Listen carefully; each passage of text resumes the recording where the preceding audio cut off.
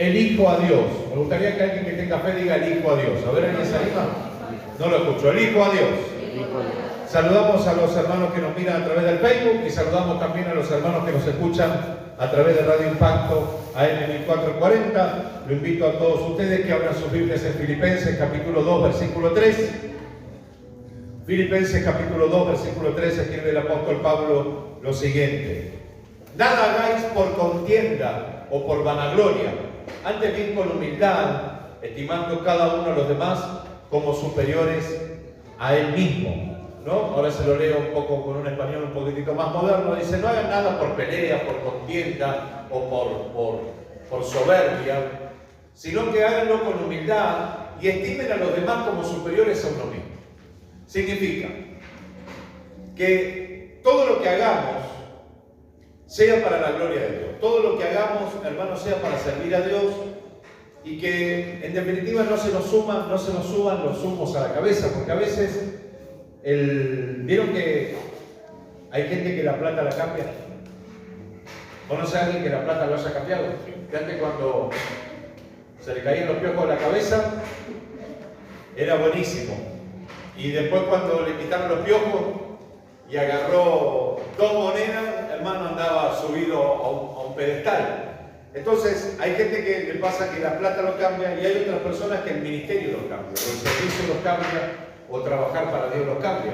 Entonces, si uno lee, se lo recomiendo de tarea, Filipenses capítulo 2, cuando llega al versículo 8, dice que Jesucristo fue obediente hasta la muerte. Oiga eso. Jesucristo, en este capítulo 2 que estoy leyendo el versículo 3, pero si uno sigue leyendo el versículo 8, dice: fue obediente hasta la muerte. Bueno, parece ahí, lo voy a trasladar un poco mentalmente a un lugar y después vamos a volver por un ratito.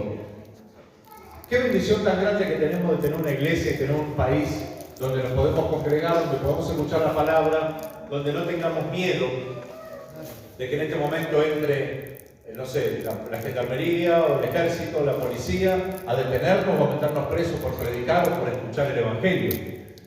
A veces yo me pongo a pensar, yo vi en Nigeria sobre todo, cada tanto llegan noticias de que entran a las iglesias y matan a las personas, pero las matan, hermanos, las matan, las acribillan, o algunos los matan a machetazo, con un machete con el que se cortan las ramas de los árboles, que tiene un filo increíble, y con ese machete entran a la iglesia y agarran a los cristianos y los torturan a machetazos. Algunos mueren y otros, hermanos, quedan todos cortados en la cara, en el cuerpo, en todos lados. Yo digo, ¿cómo? Le voy a preguntar, hermano, no quiero que me lo responda, sino que reciba esta pregunta. ¿Irías a la iglesia si hubiera ese riesgo? Yo sé que todos diríamos que sí, pero piensa. ¿Expondrías a tus hijos? ¿Los llevarías a la iglesia? ¿Tendrías necesidad de Dios? Porque yo pienso, hoy pensaba cuando preparaba el mensaje, si no teniendo ningún tipo de persecución, la gente no va a la iglesia, se achica por cualquier cosa, imagínense teniendo una mínima persecución. No le digo esto, que entren con un machete o con un arma y que los maten, sino imagínense otro tipo de persecución. Cuando en el año 2012, ya hace 10 años, fui a predicar a Cuba. Cuba es un país no cristiano, un país cerrado al evangelio, y que cuando lo que se denomina la revolución de Fidel Castro, Che Guevara, Camilo Cienfuegos y todo ese ejército revolucionario, cuando ellos toman el gobierno, cierran las iglesias. Entonces le pidieron que por favor que mantengan las iglesias abiertas, no sé qué. Entonces dijeron: bueno, hagamos una cosa. Esto fue por el año 50. Las iglesias que están abiertas permanecen abiertas, pero no se puede abrir nunca más una iglesia. Así que no importa si el pueblo de Dios crece o no se puede abrir una iglesia. Cuando yo fui a predicar yo fui 2 veces, fui en el 2012 y luego fui en el 2014 de nuevo. Cuando fui en el 2012, yo entré como turista, así que andaba predicando con un poco de miedo, porque los mismos cubanos me decían: ay, Dios quiera que no pase nada, porque te llegan a agarrar predicando. Yo pensaba, no, hace 10 años atrás, Paula tenía 5, Avi tenía 3, Pedro ni siquiera había nacido. Yo decía: ¿qué pasaría si me agarran y me meten preso? Me meten preso en la cárcel de Cuba por predicar el evangelio. Por eso, hermano, piense por un momento hasta dónde usted está dispuesto, entre comillas, a sacrificarse por la obra de Dios o a sacrificarse por el Evangelio. Porque a veces, hermano, somos demasiado cómodos o a veces somos demasiado frágiles ante la adversidad en las cosas de Dios. Usted seguramente el lunes, si llueve y tiene que ir a trabajar, va a ir a trabajar igual, o si tiene que ir a estudiar, va a ir a estudiar igual. Pero si llueve, como que muchos hermanos no vienen a la iglesia. Como que muchos hermanos hace frío, llueve. Puedo ir a trabajar, puedo ir al club, puedo ir a una cena familiar, no puedo ir a la iglesia. Entonces, hermano, diga conmigo, elijo a Dios. Hoy le voy a parafrasear ese versículo de Filipenses capítulo 2, versículo 8, que dice que Jesucristo fue obediente hasta la muerte. Entonces, como yo no le pregunto cuántos de ustedes estarían dispuestos a morir por causa del Evangelio, porque es una pregunta que hasta que uno no pase por esa situación no la podría responder, lo que sí les digo es cuántos estarían dispuestos a ser obedientes hasta la muerte de ustedes mismos, de su propio yo. Porque hoy podríamos parafrasear y decir, yo quiero servir a Dios y quiero amar a Dios y quiero hacer la voluntad de Dios. ¿Alguien más quiere eso? ¿Alguien quiere servir a Dios? ¿Alguien quiere hacer la voluntad de Dios? Bueno, no hay manera de hacer la voluntad de Dios si no muero a mí mismo. Es necesario morir a mí mismo para que crezca Cristo en mí. ¿Se acuerda que Pablo dijo, ya no vivo yo, ahora Cristo vive en mí? Entonces, cuando yo muero a mí mismo, ¿qué hablo de morir a mí mismo? A mis ganas, a mi voluntad, a mis pensamientos, y hago lo que dice la palabra de Dios, que es la voluntad de Dios. Entonces, a veces tengo una lucha conmigo mismo. Solemos tener una lucha con nosotros mismos, de decir, me enojo porque tengo derecho a enojarme, porque la palabra de Dios me dice perdonarlo. No hagas esto, pero la palabra de Dios me dice hacelo. Entonces, hermano amado, hace unas semanas atrás le predicaba que el que quiera venir en pos de mí, dijo Jesús, niéguese a sí mismo, tome su cruz y sígame. Mire qué profundo eso y qué determinante, ¿no? Porque para seguir a Cristo, lo primero que uno tiene que hacer, oiga esto, me niego a mí mismo. Ya no existe lo que yo crea lejos de la voluntad de Dios. Si lo que yo pienso está alineado con lo que dice la palabra de Dios, pues bienvenido sea. Pero si lo que yo pienso no está alineado con la voluntad de Dios, tengo que alinearme con la voluntad de Dios. Les pongo un ejemplo bien concreto, hermano. El tema del aborto. El tema del aborto es un tema que, por ejemplo, se habla mucho porque yo no estoy de acuerdo, que dice, o sea, mejor dicho, estoy de acuerdo en que tanto el hombre como la mujer pueden tomar decisiones sobre su propio cuerpo. En eso estoy de acuerdo. Lo que no estoy de acuerdo es que una decisión sea afectar a otro. En este caso sería quitarse una criatura.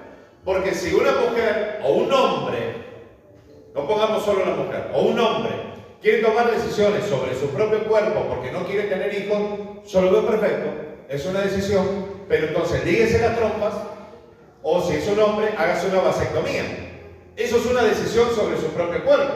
Pero una decisión sobre su propio cuerpo es una persona que tiene 4 o 5 meses de embarazo, ya no está tomando una decisión sobre su propio cuerpo o su propia vida, sino que está tomando una decisión sobre otra vida. ¿Me entiende lo que le digo? Así sea un día de gestación. Por eso, hermano, yo puedo entender a esas mujeres, aunque no esté de acuerdo, puedo entender mujeres que digan, yo decido sobre mi cuerpo. Yo lo puedo entender. Pero no puedo justificar. Lo mismo pasa con la homosexualidad. Hermano, todos conocemos a una persona homosexual. Todos los que estamos aquí, todos. Convivimos, hablamos, nos reímos, nos relacionamos. ¿Sí o no? Ahora, hermano, la palabra de Dios dice que eso no es aceptado por Dios. Yo no le voy a decir a la persona como los viejos evangelistas, arrepiéntete porque te irás al infierno por adúltero, fornicario y cualquier cosa más. No, hermano, yo sé lo que dice la palabra de Dios. Ahora, hermano amado, por más que me caiga bien, me caiga simpático, sea buenísimo, sea la persona más linda del mundo, más buena del mundo, o lo que sea, la palabra de Dios me dice que lo que está haciendo está mal.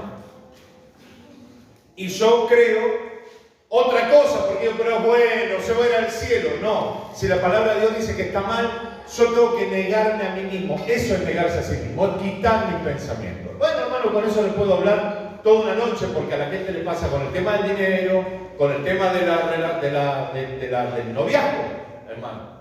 Con el tema del noviazgo, Dios me conoce. Ah, sí, no me diga, cuénteme cómo es eso. Hermano, cae en el pecado y dice, pero Dios conoce mi corazón. No me diga, ¿desde cuándo? De toda la vida, hermano, eso no dice nada. No descubre nada. La palabra de Dios dice, no hagas esto.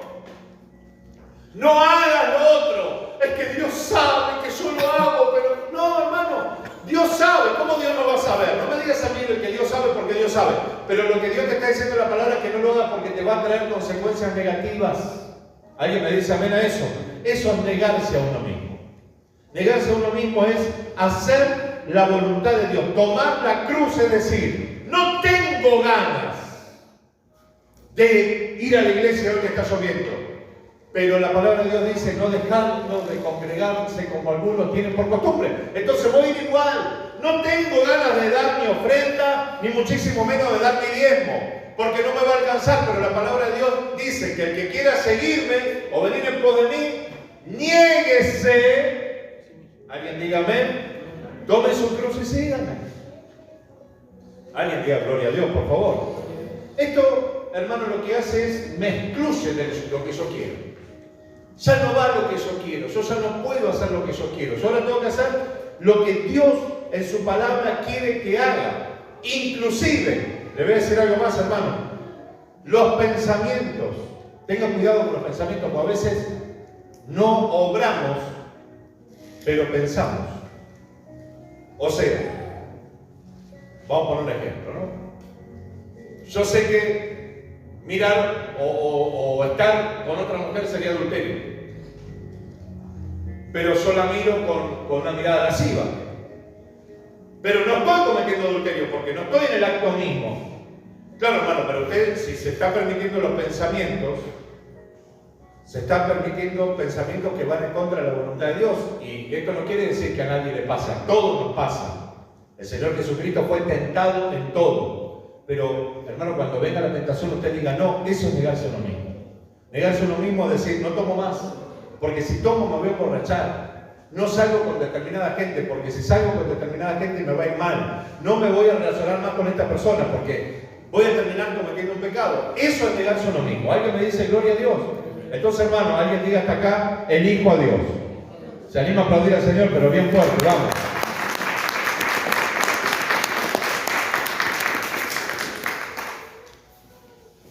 Le voy a decir una cosita más que a veces nos pasa, pero es un proceso que hay que pasar.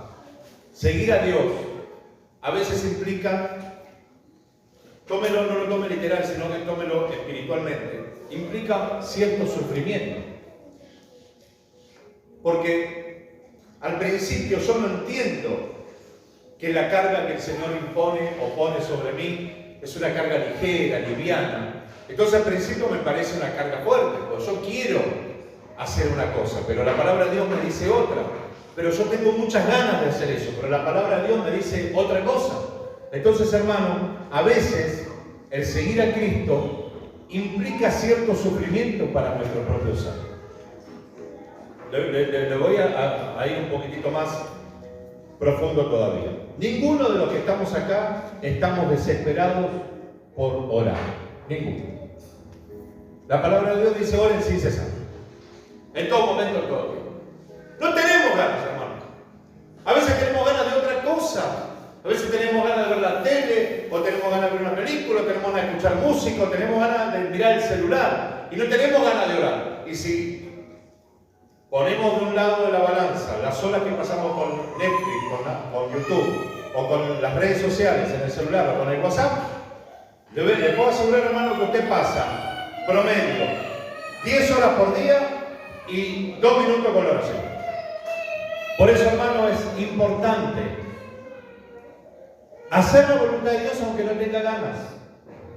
Hacer la voluntad de Dios aunque no tenga ganas. Eso es lo que yo le digo que implica cierto sufrimiento. Porque no tengo ganas, pero lo voy a hacer igual.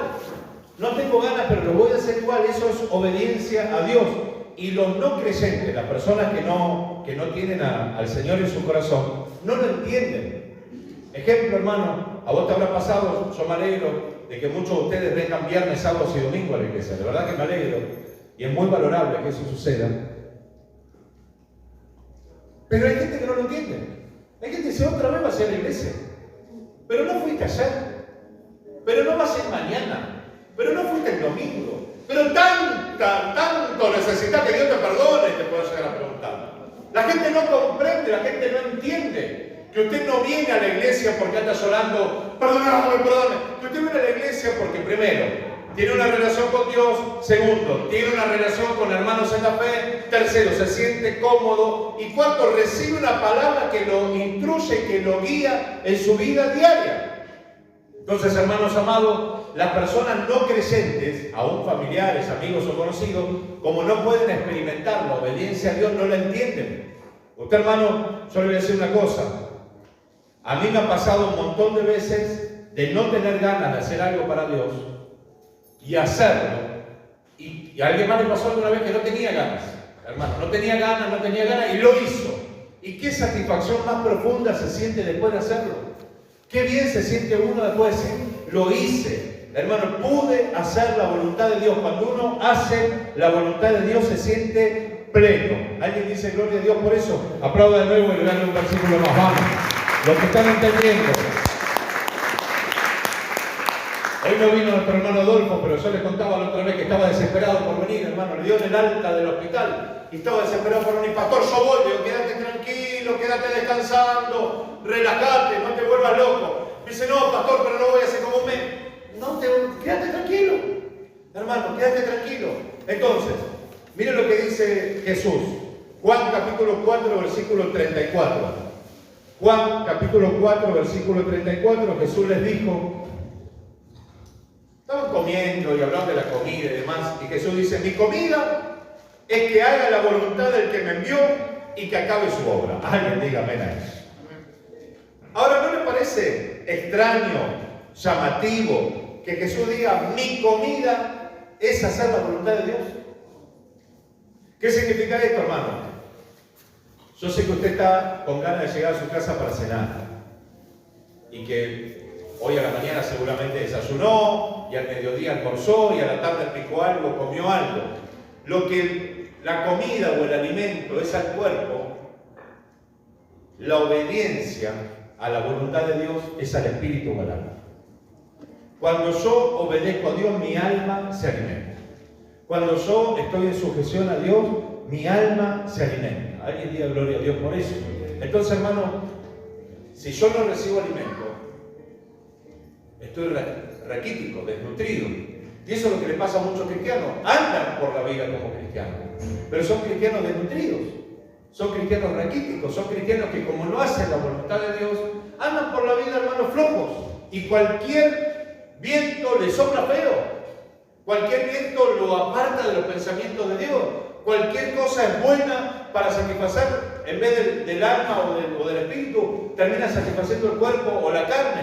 Por eso, hermano amado, cuando Jesús dice, mi comida es que haga la voluntad del que me envió y que acabe su obra, lo que está diciendo es, yo me alimento de hacer la voluntad de Dios. Esto no quiere decir que usted no coma, usted coma todo lo que quiera, pero para el espíritu y para el alma es importantísimo hacer la voluntad de Dios. Le digo algo más, se lo voy a contar. Para hacer la voluntad de Dios es necesario tomar decisiones drásticas. Sí, no. ¿Usted me entiende? Si no se lo explico, le hago un dibujito, le hago un mapa. Sí a esto, no a esto. Es una decisión, es que me gusta. Si no hubiese venido, no escuchabas esta palabra. Hacer la voluntad de Dios tiene cierto sufrimiento. Hacer la voluntad de Dios no es entenderla. Usted no trata de entender la voluntad de Dios. Hermano, mire, cuando los primeros cristianos se estaban convirtiendo al Señor, estaban armando la iglesia primitiva, el apóstol Pablo, que era judío por excelencia, hermano, vio que los judíos y los cristianos empezaron con una contienda y dijo, ¿hay que circuncidarse o no hay que circuncidarse?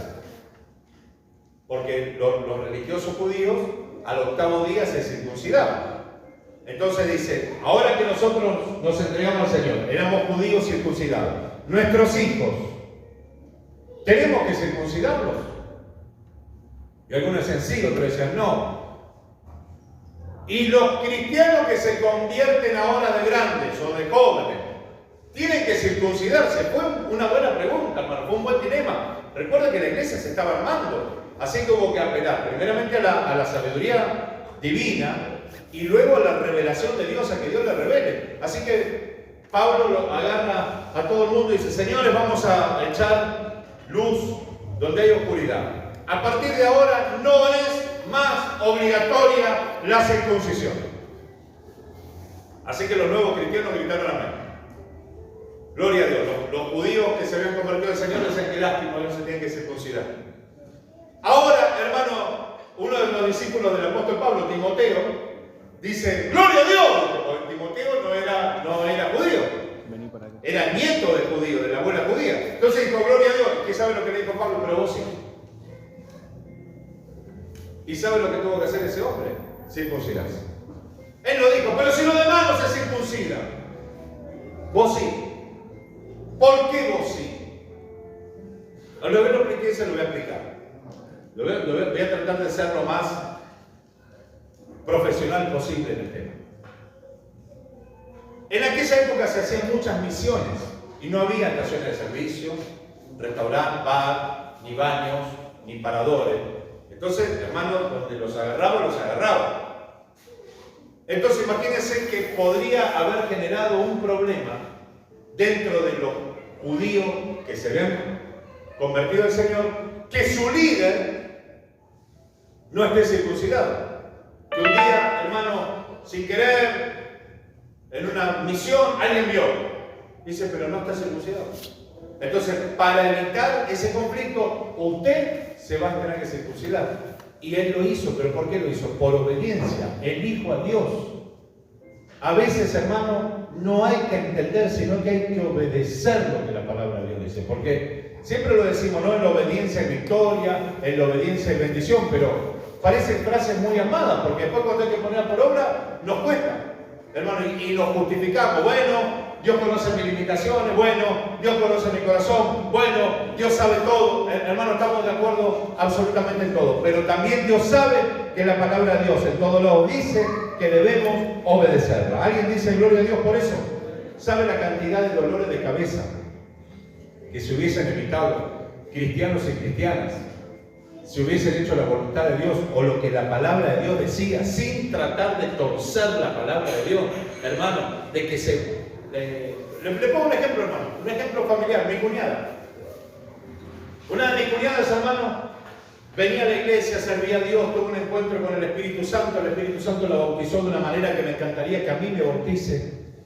Hermano, la bautizó de una manera con perfume, con el don de lengua. Fue una bendición tan grande en la iglesia ese día. Se llenó de gozo y de júbilo. Ella recibió el don de lengua. Impresionante la visita del Espíritu Santo. Y estaban las cosas de Dios, pero claro, era una chica joven y en la iglesia no había ningún muchacho que le gustaba. Y empezó con el dilema de: no me voy a casar, me voy a quedar soltera, o esto, o lo otro. Entonces cometió el error que cometen la mayoría de los cristianos. En vez de esperar en Dios, fue a buscar al mundo. Y conoció un muchacho que no digo que era bueno o era malo, lo que digo que no era el mismo yugo. Así que el muchacho, hermano, la terminó literalmente apartando de las cosas de Dios. Y ella decía: yo lo voy a traer a la iglesia. No, hermano, nadie pudo convertir a nadie de esa manera. Nadie en la historia del Evangelio pudo convertir a alguien de esa manera. Todo lo contrario, se terminaron apartando. Y le puedo decir 1, 2, 3, 4, 5, 6 millones de casos. Ahora, ¿qué debería haber hecho? La voluntad de Dios. Si la voluntad de Dios me dice: no te unas con un yugo desigual, aunque este muchacho sea el príncipe azul, o el príncipe valiente, o el príncipe, no sé, el rey Midas, hermano, hago la voluntad de Dios, elijo a Dios.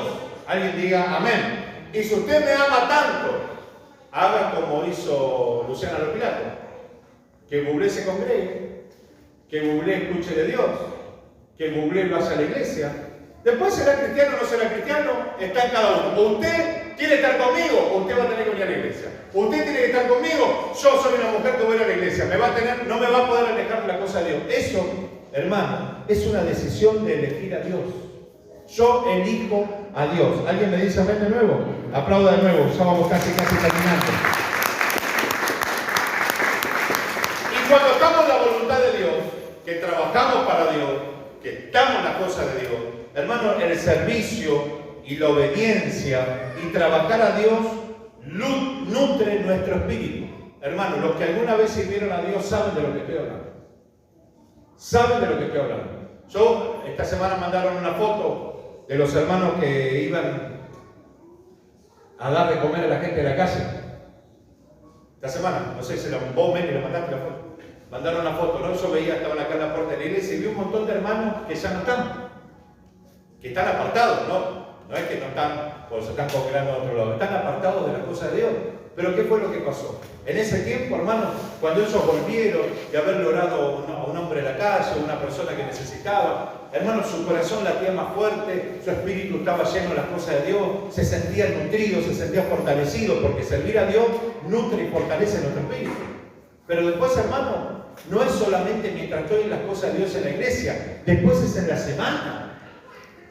Después es el lunes, es el martes, es el miércoles, es el jueves, es el día que no vengo a la iglesia, es el día donde tengo oportunidad de hacer lo que tenga ganas de hacer, total nadie me ve. Y eso es lo que me aleja de Dios. Por eso Jesús decía, mi comida es que haga la voluntad del que me envió.